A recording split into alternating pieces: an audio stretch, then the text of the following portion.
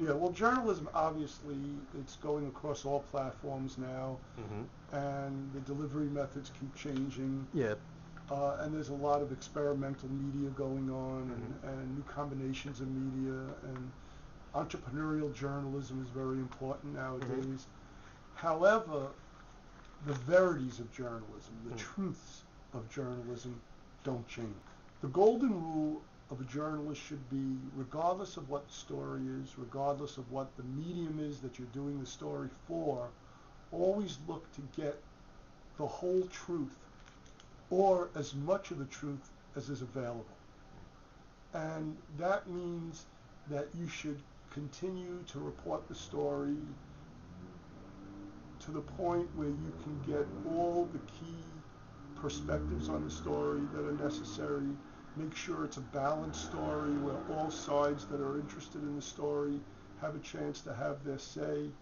Try to be even-handed in your gatekeeping to make sure that you allow into the final story that goes out to the public a balanced approach to the story and to have all the key sides being heard.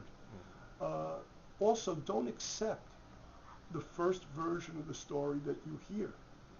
You have to vet your sources to your satisfaction to make sure that you're getting as much of the truth as possible.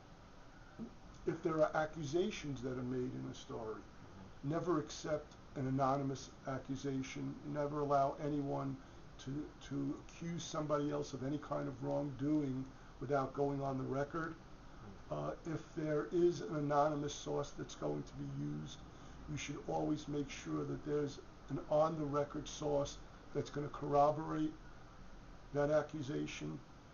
People are entitled to know the names of their accusers. That's the way it is in court. That's the way it should be in the court of public opinion. I think people have to be less focused on the medium and the delivery method for the story, and more focused on doing quality reporting, more focused on making sure that the story is worth telling and that there's an audience for the story, making sure that they localize the story well enough so that people can have a real expectation of what the impacts of the story will be. Too many stories are kept out of the immediate experience of the audience that's going to hear the story. National and international stories only are meaningful when people can see and have a sense of what the impact of that story will be for them in a more immediate fashion. So if I were reporting a story, an international story about American policies in Europe and Asia, I wouldn't just talk about it from the perspective of American citizens hearing this policy. I would also want to report on the story from the perspective of the people in Europe, the people in Asia that would feel the impact of that policy and what would it mean to them in their everyday lives. So we need to be able to make our stories more service-oriented for our readership and for our viewership and for our people who listen to our stories online, so that they can see the value of these stories in their everyday lives. What it is that people are too concerned in recent years about the technology and not concerned as much as they should be sometimes about the quality of the reporting, the accuracy of the story, and the impact of the story on the people, on the audience. And to make sure that the story is told in a way where the impact of the story for a specific audience is the prime factor in telling the story. All right?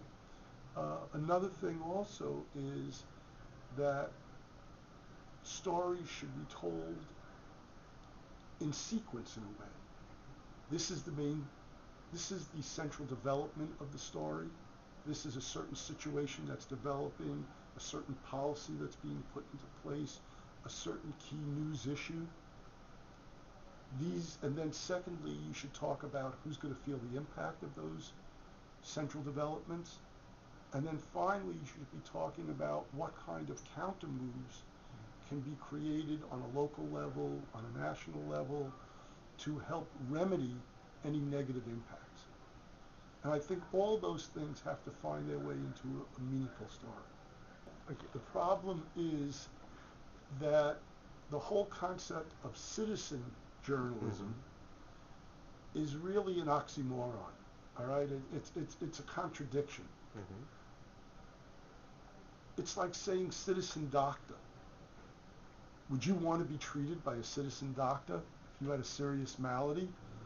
I don't think so. You want to be treated by a professional doctor. Well, why would we want to leave the reporting of sensitive news issues that can have a huge impact on people's lives to amateurs? I think that there has to be a clear distinction between private citizens weighing in on the internet in one form or another and giving their personal opinions on key events and key news situations, as opposed to having professional journalists reporting accurately these news events so that people can make up their own minds and to do it according to a code of ethics acceptable in journalism. And if there's going to be if there's going to be more expert opinion included here, you want to make sure that that expert opinion is being collected by a journalist who knows how to be even-handed in presenting expert opinion and knows how to report it in a way where there's more than one source that's being quoted and we're getting a balanced view of what experts think about this. It takes an expert to do an expert news story. And I think that's being undervalued lately by the public. They're confusing enthusiastic bloggers, enthusiastic citizen journalists with real journalists. That's a problem. All right. I think the message for the journalists in the next generation is be flexible, learn to adapt to your environment, learn to adapt to the alternatives that are out there for getting your stories and important issues across to the public, but don't lose sight of the ethics and the standards of journalism that are necessary to tell the whole story and to tell the whole truth. I've been fortunate enough to help create the new graduate school of journalism and some of the curriculum for that, and that school's been on the cutting edge of alternative journalism delivery methods, and they have an entrepreneurial journalism program where they're developing new journalism businesses.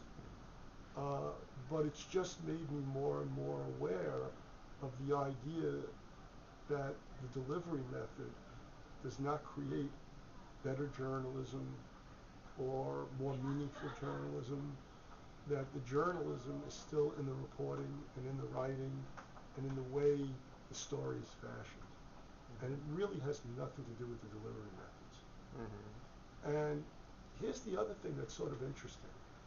Delivery methods, technology, is going to keep changing rapidly. It's going to keep evolving very quickly.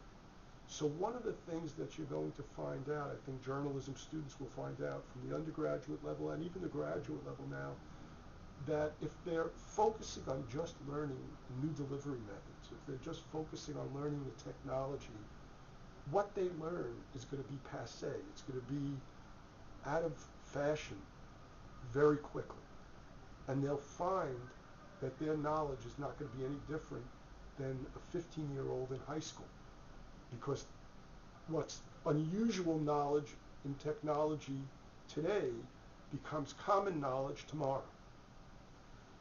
However, the one thing that won't go out of fashion The one thing that won't go out of date is the ability to report a story well, write a story well, and deliver the story in a thoughtful manner. That's all, content will always be king. Content will always be the most important factor, not the technology. The technology is ephemeral. It's going to keep changing. The content will always have value.